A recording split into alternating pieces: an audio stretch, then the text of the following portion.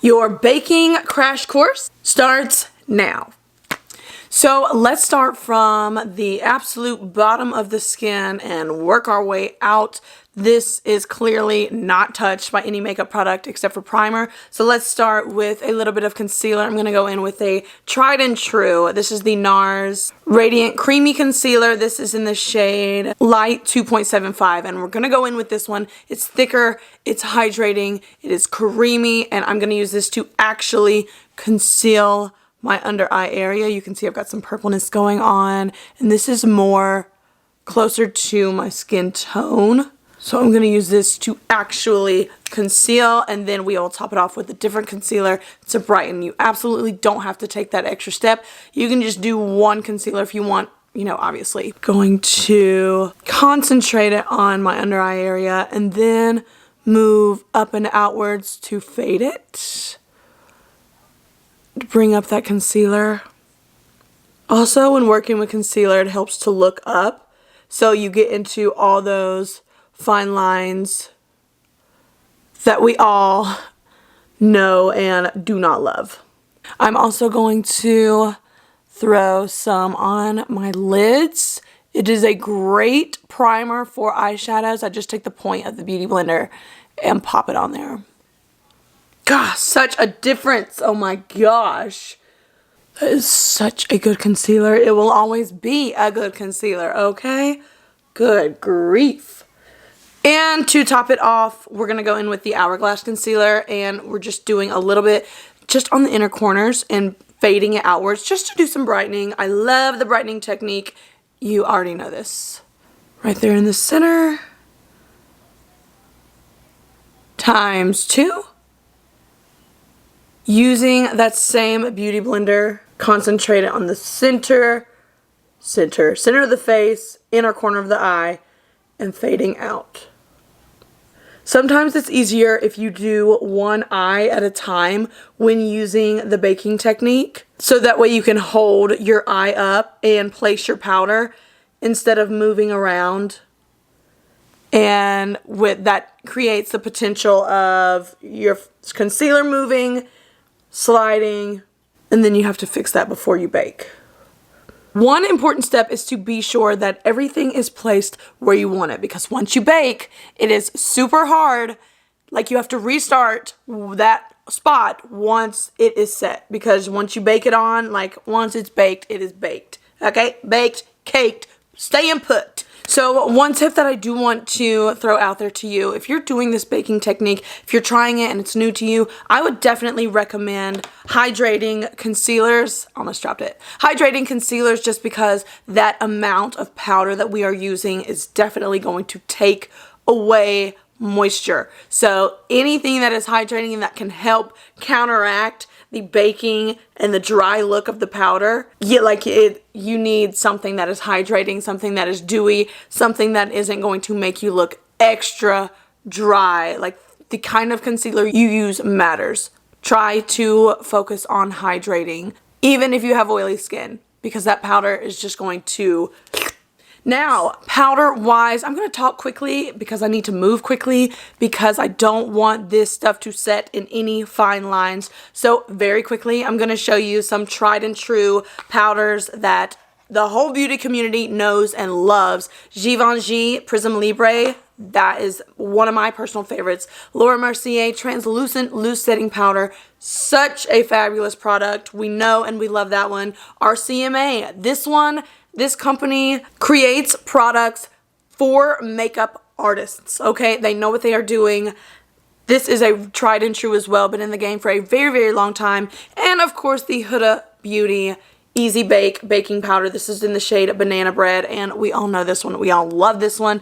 Drugstore option that I really, really love is the Revlon Candid. Super, super finely milled, and that's very important when wanting that flawless airbrushed look. So this one's a good option as well. Today I'm going to go in with Huda Beauty. Looks like this. I personally don't go for any product that is too yellowy looking, and this is just that perfect skin tone color. So before I go in with powder, and this is for the video and in real life as well, you want to absolutely make sure that there is no creasing at all. You want to make sure, or if you like creasing, keep it, but you need to make sure your concealer is where you want it to be, because you are about to set it and lock it. So if you want a creased under eye look, then beautiful. Don't worry about blending everything out, but I want, you can tell my eyes are uneven.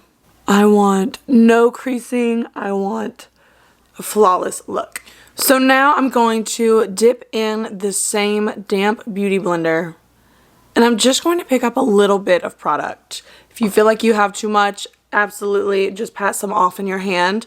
And this, what we're doing here is setting the product. We're just going to put everything in its place. We are not yet baking, but I'm just taking a little bit of the powder, and I'm getting really up close and personal with that under eye. Picking up product as needed, and I am spreading it around by picking up and placing. I'm not doing any kind of swirling motion. I'm literally just placing a product, setting things in the exact place that I want them to be.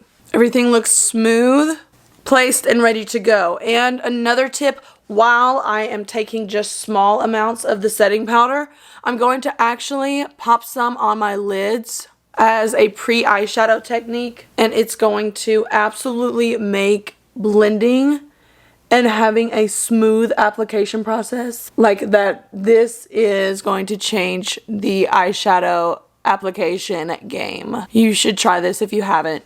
Makes everything so smooth and blend seamlessly.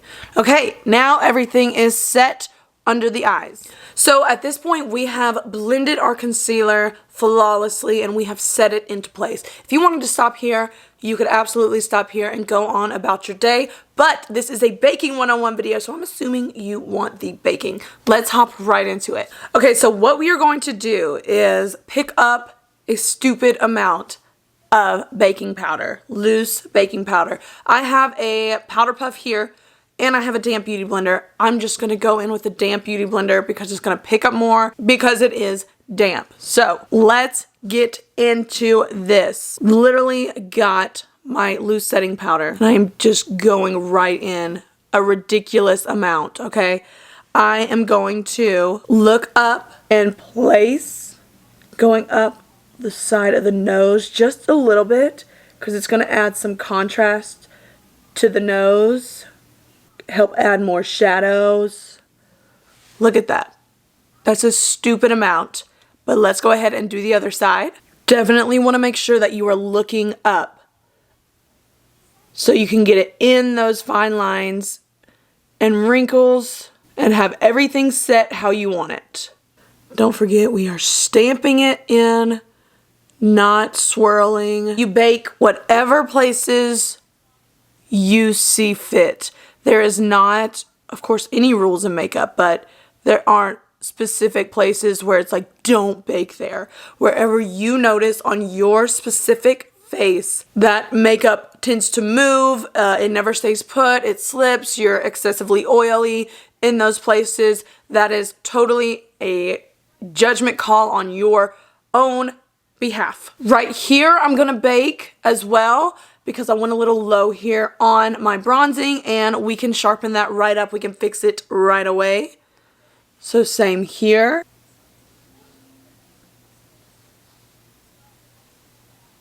Looks a little crazy, but trust the process. So the difference between setting and baking is setting your makeup, you're just setting it in place and then going on about your day and your makeup is set. Not 100% guaranteed everything is going to stay put all day. Baking, you are absolutely making your makeup bulletproof.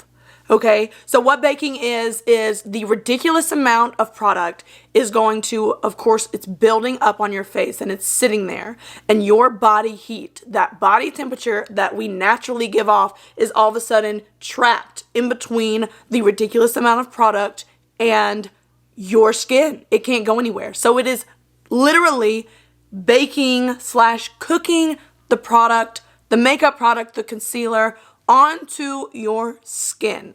That's why we do this. That's why we do what we do. We are literally cooking it onto our skin. This originated with drag queens, not us, not, you know, glam. We stole this from the drag world and it is brilliant. They are moving, dancing, working under hot lights, so they need their stuff to stay, and this is what they do to ensure the longevity and the staying put of the makeup. So these are the places that I want to be baked. I'm going to leave this on for the amount of time that it takes for me to do my eye makeup. So 12 minutes, somewhere in there, and that always seems to be the best for me. If you have drier skin, I would not use as much product. Be really, really careful, because once you put this on, it is going to pull the moisture from your skin or from that concealer or foundation that you're using, that you're baking on. So I wouldn't leave it on as long, and I wouldn't use as much product. But this is how much I use, and this is what I do. And I have normal to oily skin. Sometimes it's oily, but for the most part it's normal. So I'm gonna do my eye makeup and I'll be right back. Okay, so now it's time to wipe away this bakage that we have here. I'm gonna pick up a powder brush that's pretty dense. If you need more density on your brush, then you can always just hold the brush head, and of course it makes everything more tight. I am going to start just lightly sweeping away, lightly, just to ensure that we're not moving a lot of product around. We're just brushing, sweeping things off. And as you can see, it gives us just this flawless, beautiful, smooth looking under eye application. Now, as I continue to swipe this off, I will let you know that this is not, like, if you're a no makeup girl, you might not like this look on you. It does look like makeup. It's not heavy, it is not cakey. It sweeps right off, and what you're left with is bulletproof, very smoothed over baby's bottom looking skin. Super smooth. But I mean, it does look like makeup. This is more for a full glam, full beat face. Everything looks, see how much nicer that looks right there, by the way. Looks great. Gorge. Okay, gorgeous. So this is baking. This was your 101 on how to, why you should, and where it comes from. Look at how pretty and just flawless my makeup looks. And it's going to stay put all day. I actually am going to a little gals get together tonight, and so I'm literally going to just wear this. It's going to stay put all day. No worries about makeup budging. But at the end of the day, this is definitely a technique that you should just try on your own. It doesn't work for everybody. If you have dry skin, be careful. Use hydrating products. Don't leave the powder on as long as I did. I would maybe try 5 minutes. Make sure you are using hydrating products. Make sure you put lotion or a face moisturizer on your face before doing your makeup that day, like you should anyway, but just really make sure on that day. So it's definitely a trial and error thing, and you'll know after one time whether this works for you or not, whether you love it or not. So give it a try. You guys are so much my rock stars. I love you. Thank you so much for watching, and I will see you in the next video. Bye.